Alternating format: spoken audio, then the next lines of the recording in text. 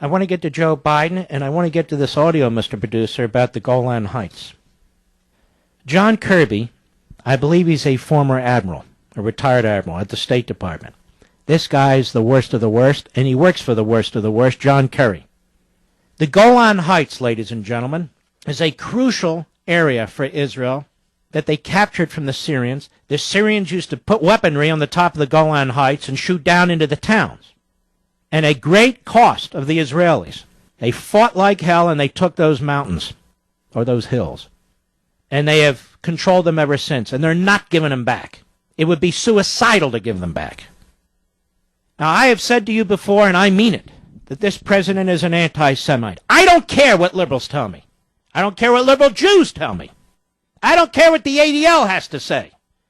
I mean, that ADL, after all, is now led by a former Obama official. But the policies of this administration, there he is flying off to meet the inbred who runs Saudi Arabia. He'd never stop by to meet Netanyahu in Israel, a stone's throw away. Never. In fact, when Netanyahu came to the United States, where was Obama? He was off meeting some dictator. Maybe it was Raul Castro, but he wasn't here. You don't treat an ally like this. And let us not forget one of Obama's buddies, Professor Khalidi, I believe now of Columbia, formerly the University of Chicago, a Hamas sympathizer, along with his not-so-lovely wife. That's correct. Now, I want you to hear what the official position is of this administration, the Obama administration, when it comes to Israel and the Golan Heights. Cut 7. Go. The U.S. position on the status of the Golan Heights is longstanding and it's unchanged. Every administration on both sides of the aisle since 1967 has maintained that those territories are not part of Israel. The conditions under which those territories are ultimately returned should be decided through negotiations between the respective parties. And obviously, between what parties, you idiot? With Assad? You out of your mind? Aren't you sick of humiliating yourself, of embarrassing yourself? What do they pay you, $150,000 a year? Is it really worth it, Admiral? Admiral, for which Navy, may I ask? It's embarrassing listening to this fool. Go ahead. The current situation in Syria makes it difficult to continue those efforts at this time. Oh, yeah, you think? So when should we continue the efforts? When things in Syria are resolved? I'll tell you, other than patriotic Americans, the other people who can't wait till this president is gone are the Israelis. I can tell you that for a fact. And by the way, our other allies too. These people are nuts. And so this is what I mean. This president is an anti-Semite, and I believe it. And I believe it. Or I wouldn't say it. What else? What else motivates this kind of thinking and this kind of policy? What else could it possibly be? And then Joe Biden, the dumbest vice president in American history. I wonder if I'll get an email about that one.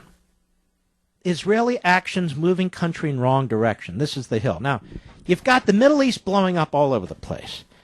This administration brought ISIS and Al-Qaeda and every other throwback, subhuman cockroach, Islamo-Nazi into Libya. They all but surrendered Iraq. They've given aid and comfort to Iran. They watched as Yemen tumbled. And their obsession with little Israel, who's minding her own business, whose people are just trying to live like us. A country that celebrates and embraces Western values. This president hates, absolutely despises.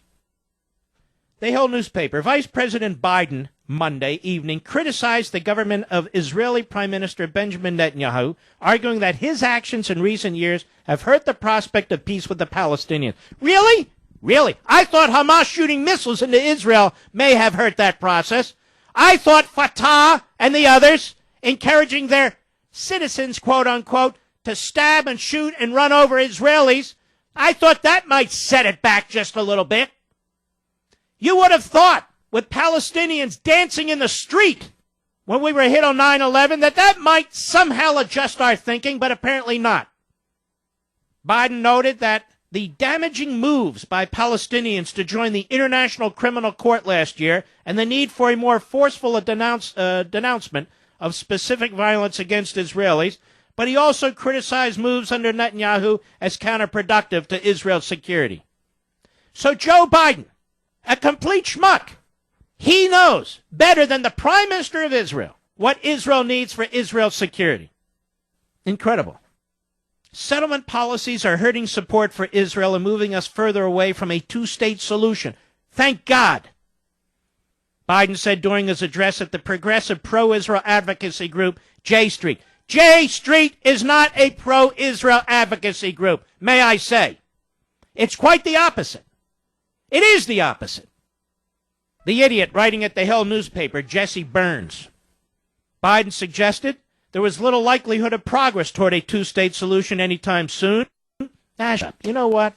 These guys got to stop meddling at this point. Just get the hell out of town. That would be very helpful.